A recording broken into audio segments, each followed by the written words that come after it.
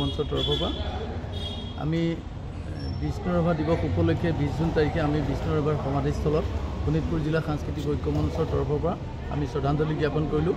যেহেতু চৰকাৰে কেন্দ্ৰীয়ভাৱে আমাৰ তেজপুৰত পতাকা আমি অনুষ্ঠিত নকৰিলোঁ আৰু বিষ্ণু ৰাভা দিৱসৰ লগত সংগতি ৰাখি আজি 23 জুন দেওবাৰে আজি ভূপেন ডেকা ৰংগমঞ্চ বামপৱতীয়াত আমি গীত আৰু নৃত্যৰ প্ৰতিযোগিতা আৰম্ভ কৰিছোঁ। গতিকে আজি আমাৰ শুভাৰম্ভণি কৰিছে বন্তি প্ৰজ্বলন কৰিছে আমাৰ বামপৱতীয়া বালি সত্ৰৰ সত্ৰাধিকাৰী পূৰ্ণদা গোস্বামী বাইদেৱে আৰু মুকলি কৰিছে মঞ্চ মুকলি কৰিছে বংকিম শৰ্মা সাংস্কৃতিক কৰ্মী বিশিষ্ট সাংস্কৃতিক কৰ্মী। গতিকে এতিয়া তাৰ পাছতে আমি পদ্মজা কাশ্যপে কাৰ্যসূচী অনুসৰি পদ্মজা কাশ্যপে আমাৰ গীতৰ শুভাৰম্ভণি কৰে আৰু তাৰ পাছতে আমি গীতৰ অনুষ্ঠান আৰম্ভ হৈছে। গতিকে প্ৰায় শতাধিক আমাৰ প্ৰতিযোগী আমাৰ মাজত আহি উপস্থিত হৈছেই আৰু আমাৰ ভাল লাগিছে, ইমান উৎসাহ এটা ৰাইজে দেখুৱাইছে। গতিকে আমি আপোনালোককো লগতে সমূহ অসমবাসী ৰাইজক আমি সাংস্কৃতিক অভিধান জ্ঞাপন কৰিছোঁ। ধন্যবাদ। পোনপ্ৰথমে আপোনাৰ সকলোলৈ আন্তৰিক শুভেচ্ছা জ্ঞাপন কৰিছোঁ শোণিতপুৰ জিলা সাংস্কৃতিক ঐক্যমঞ্চৰ তৰফৰ পৰা।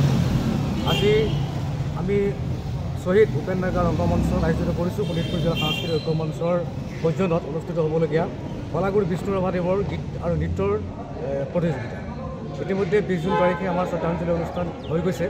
সেই অনুষ্ঠানৰ লগত সংগতি ৰাখি পেলাই আজি আমাৰ কলাগুৰু বিষ্ণু প্ৰসাদ ৰাভাদেৱৰ গীত আৰু নৃত্যৰ ওপৰত আধাৰিত অনুষ্ঠানভাগ আয়োজিত কৰিছোঁ।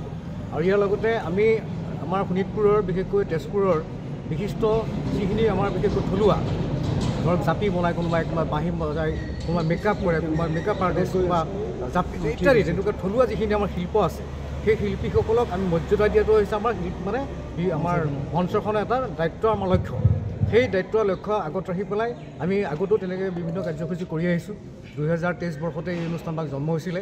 বৰ্তমান চালুকীয়া অৱস্থাতো আমি উৎসাহৰ ওপৰতে আমি অনুষ্ঠানভাগ কৰি গৈ আছোঁ। ভৱিষ্যত আমাৰ লক্ষ্য বহুত আছে, কৰি আহিছোঁ। আজিৰ সম্বৰ্ধনা অনুষ্ঠানভাগত আমি তেজপুৰৰ বিশিষ্ট ব্যক্তিসকলক আমন্ত্ৰণ জনাইছোঁ।